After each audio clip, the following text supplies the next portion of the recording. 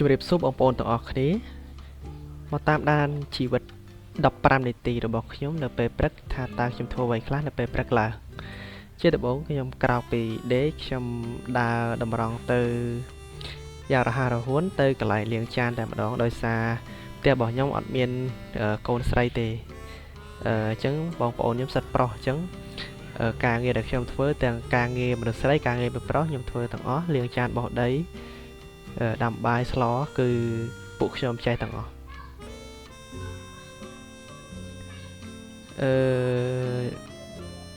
យើងលាងចានហើយដោយសារម៉ែក៏អត់នៅអញ្ចឹងព្រឹកឡើងយើងត្រូវឡើងលាងចានបោះដីឲ្យបាយជ្រូកអីចឹងតែ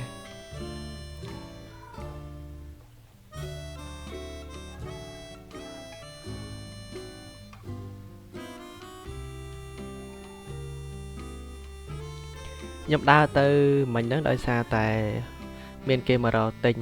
ថ្នាំដោយសារខ្ញុំលក់ដូរនៅផ្ទះតិចតួចដែរអញ្ចឹងភ្នែកចេះតែក្លែកបក្រោយរហូតគឺដោយសារមានគេជីចូល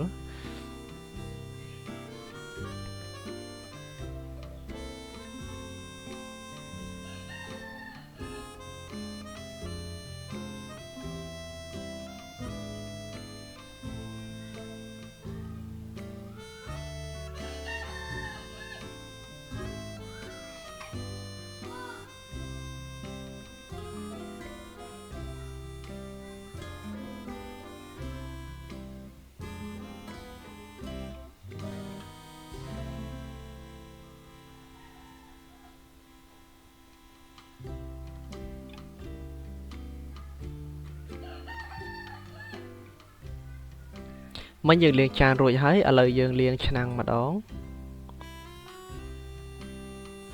ឆ្នាំងនេះខ្ញុំទឹកម្ដុសដែរទេវាអត់ទាន់ប្រឡាក់ច្រើនហ្មងទេអញ្ចឹងខ្ញុំក៏អត់លាងពីក្រៅដែរខ្ញុំក៏មកវល់អង្គទៅលាងក៏ដាក់ដាំបាយតែម្ដង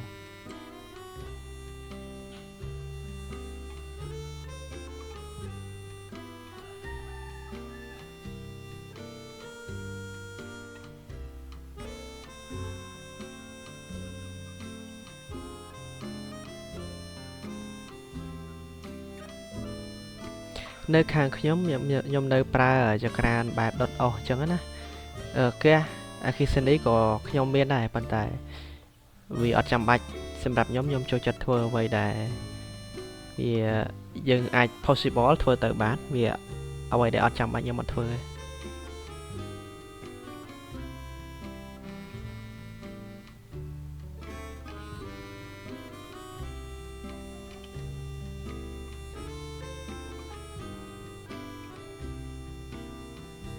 ឥឡូវខ្ញុំឲ្យបាយជ្រូកសិនដោយសារបាយយើងឆ្អិនហើយអញ្ចឹងយើងក៏ដួសបាយជ្រូក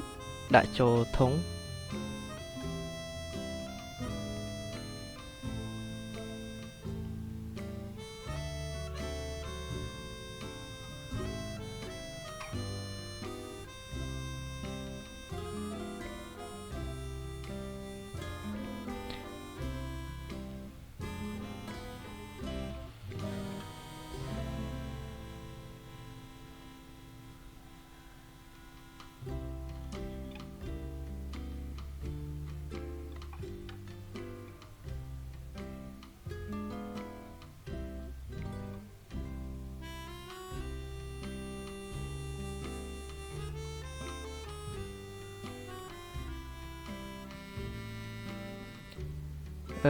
ជីវិត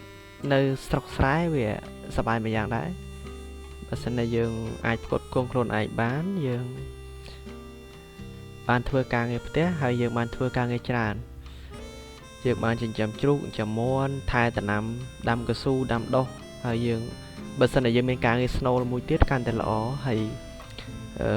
ខ្ញុំលើកទឹកចិត្តឲ្យយើងចាប់ផ្ដើមធ្វើអ្វីដែលយើងស្រឡាញ់ដូចខ្ញុំស្រឡាញ់ការធ្វើវីដេអូអញ្ចឹងខ្ញុំឆ្លៀតពេលក្រៅពីធ្វើការងារស្នូលរបស់ខ្ញុំគឺខ្ញុំធ្វើវីដេអូហើយសូមបងប្អូនពុកម៉ែទាំងអស់គ្នាជួយគាំទ្រខ្ញុំផងដោយសារវាជាក្តីស្រឡាញ់របស់ខ្ញុំធ្វើតាំងពីឆ្នាំ2019រហូតមកដល់ឥឡូវ2026ហើយប៉ុន្តែកាលនោះខ្ញុំធ្វើដោយសារមានបញ្ហាវិបត្តិកូវីដក៏ខ្ញុំឈប់ទៅមកដល់ពេលនេះខ្ញុំចាប់ផ្ដើមធ្វើវាឡើងវិញដោយសារខ្ញុំមានពេលវេលាគ្រប់គ្រាន់សម្រាប់ខ្លួនឯងហើយខ្ញុំមាន ចំណេះដឹងតាក់ទងទៅនឹងការធ្វើវាបន្តទៀតឥឡូវខ្ញុំឲ្យបាយជ្រូកសិនទីដំបូងយើងលាងលាយទឹកជាមួយនឹងបាយដែលយើងបានលាយជាមួយនឹងថ្នាំហ្នឹងឲ្យសព្វល្បាយល្អដើម្បីកុំឲ្យវានៅខាដុំហើយជ្រូកខ្ញុំក៏ជ្រូលដូចឃើញម៉ែមកផ្សារអញ្ចឹង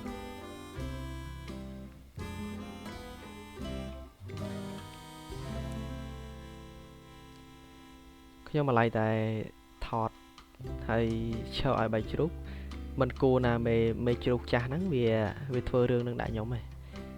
ខ្ញុំម្លាយតែលាយទឹកហ្នឹងវាទាញផ្ដួលវាទាញផ្ដួលធុងខ្ចាយបាយអស់ប៉ុន្តែវាអត់អស់ទាំងអស់វាគ្រាន់តែខ្ចាយប្រហែលជាមកបោយទេហើយខ្ញុំក៏ទាញទាន់ពេលវេលាមកវិញលះដែរហ្នឹង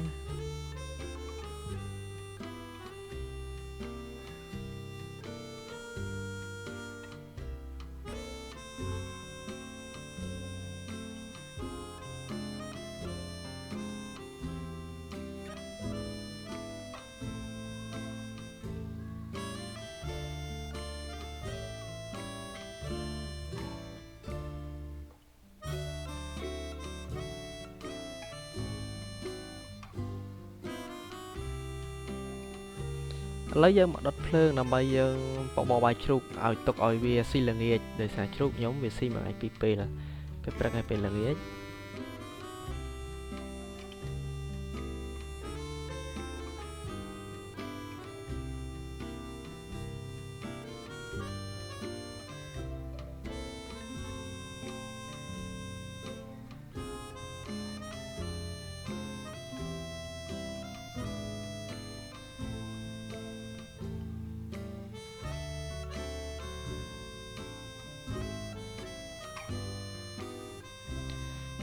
វីដេអូនេះខ្ញុំមានតែប៉ុណ្្នឹងទេ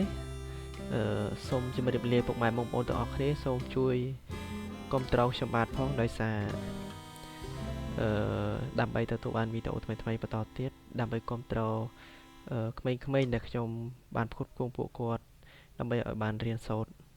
សូមអរគុណទាំងអស់គ្នា